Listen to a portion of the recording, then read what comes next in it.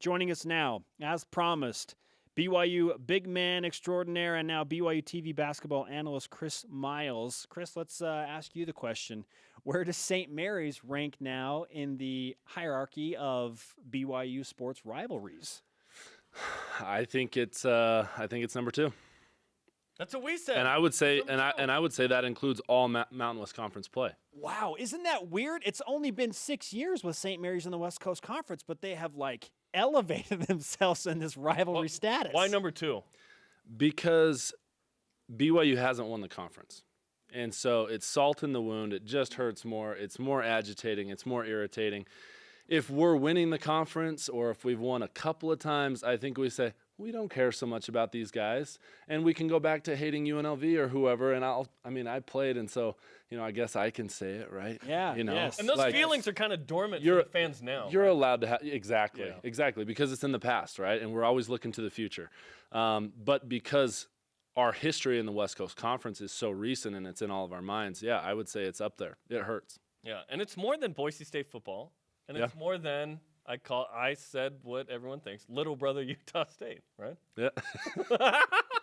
Gonzaga wins the West Coast Conference, it feels like 80-90% of the time, right?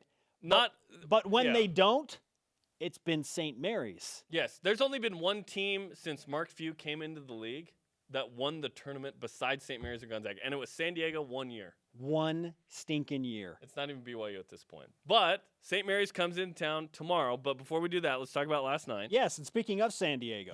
You really liked the way BYU played last night. Absolutely. What did you really like about it? I have to say, last night was my favorite game of the entire season, which might be a shocker because by the scoreboard, by little things that happened during the game, I think all of us were like, should we get excited? No, we shouldn't. Should we get excited? No, we shouldn't. I think that's how a lot of us felt. But I saw glimpses of perfection last night. I saw glimpses of basketball that I love, that I'm passionate about. And so I was ready to get in the guy's face and scream. If I'm a coach on that coaching staff, I'm screaming nothing but positivity to reinforce good behavior from last night's game because they were making extra passes. When they double team Eric inside, he's making smart plays. He was unselfish. It's a tough balance for a guy who's averaging 20 points a game. Do I chase my own greatness or do I make this team the best that I can make him? That's a very hard balance. He did a phenomenal job. He's been doing a great job, and as other guys are playing better, he's doing an even better job of trusting them. Yeah, noteworthy. Eric Mika had a bad game, right? He finished with 14 points and 10 rebounds. He was 3 for 13 from the field, and I thought that might be his worst game of the season, and he still had a double-double because he got to the strike. But other guys stepped up, and let's start on the defensive side of the ball. What did you see specifically from BYU's defense that got you amped up like you're talking about? I saw streaks of greatness where there's a very strong correlation. We're playing man-to-man defense. Okay. And we go on a streak. We stop them from scoring. We're like Gandalf. You shall not pass. We're not going to let you score. The gray or the white? I think he was the gray at that moment. Okay. Right. But yeah, the whiteness was within. But they did a good job at times in man-to-man defense. And last night, the reason that I like this game so much is because it gave me a perspective about Dave Rose that I see into his future because of this game. That might sound strange, but I think what I've worried about, and I think what a lot of people have worried about is Dave Rose able to get every team that plays for him to buy in? And we all question that with this team because they're young and they're not buying in. They're not playing traditional, make extra passes. And last night I saw they're getting it. They're finally starting to understand. And they're a young team, so we give them that time that they need. But last night, when they were playing that type of basketball, huge runs, huge streaks. They're only going to get better at it. They need to pick up on nuances defensively. Couple possessions where it's like, man, are the refs being ticky-tacky? No. They got to turn their hand around. You can't put the palm of your hand on a guy. You got to turn your hand around. The backside of your hand, legally, you can touch them. They got to pick up on some of those little nuances, and it's going to make them completely a different team. St. Marys is in here tomorrow. What do you think BYU needs to do to win that game against a team that's only lost 3 times all year? Yeah, they got to do what it takes to win. That's obviously the easiest thing to say, but it's not the easiest thing to do.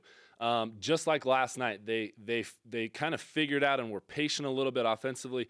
What's going to be the weakness of this team?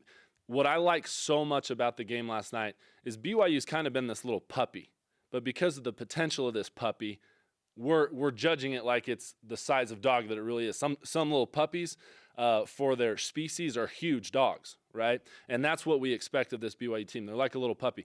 Jonathan Tavernari made the same comparison. Did to he? A puppy, yeah. Yeah. Well, that's good. Yeah. He's a smart guy. He graduated from the business school here, right? Sharp guy.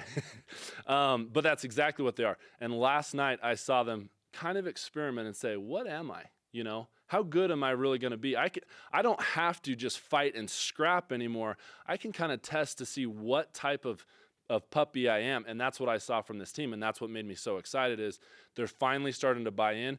I think that last night shows just how intelligent and how smart and how talented at coaching Dave Rose is.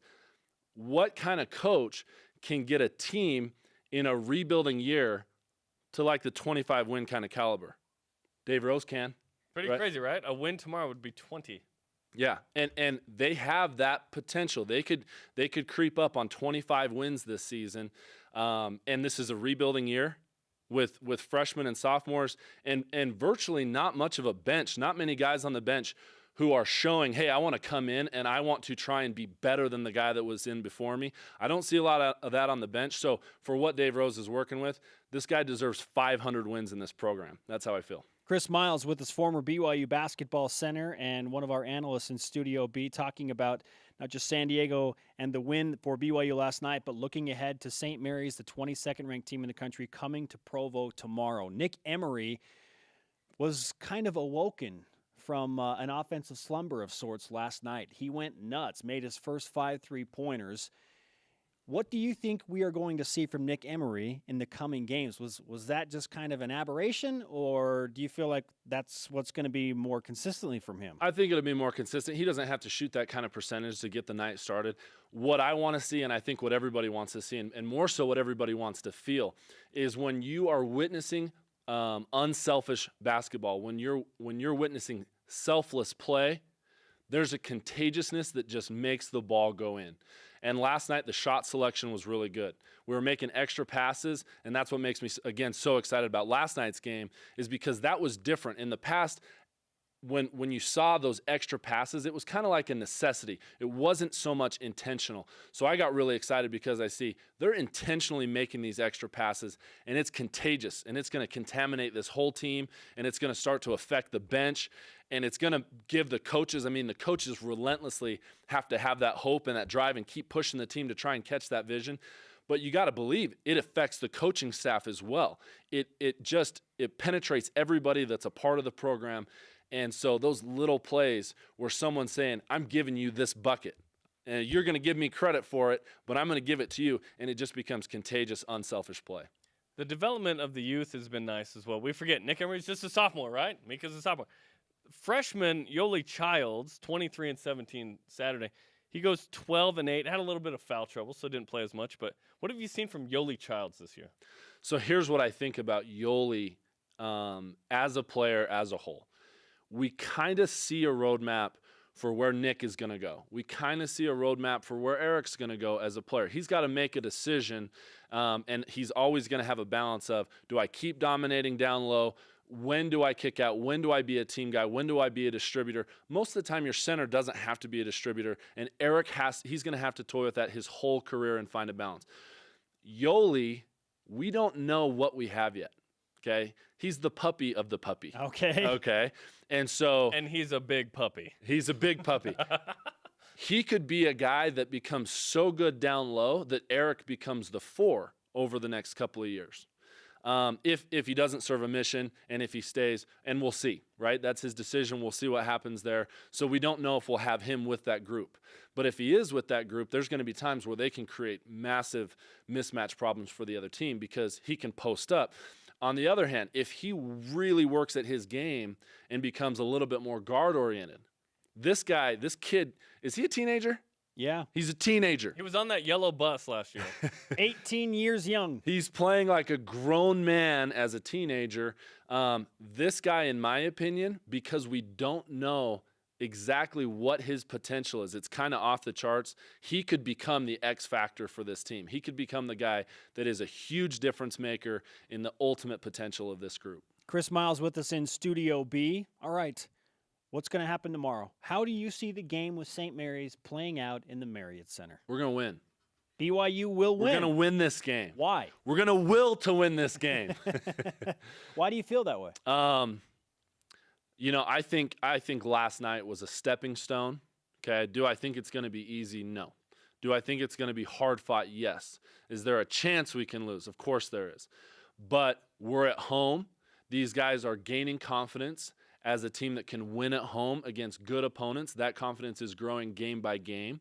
And I see last night as a stepping stone to say, hey, this puppy's starting to figure out who he is.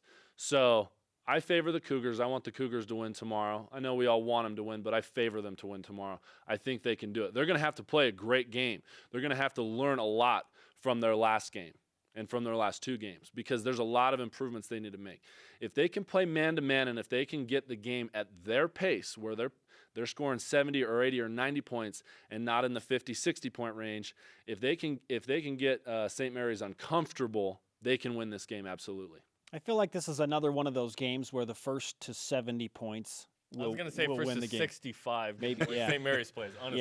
Yeah. And maybe it's that number, but there is that. I'll feel good about 70. That ideology. Yeah, if a team gets to 70, St. Mary's is like top 20 in the country. Like they'll probably less win. than 60 a game, man. They're really good defensively. Chris, great stuff. We appreciate you coming in Thanks for having me, guys. on a fabulous Friday.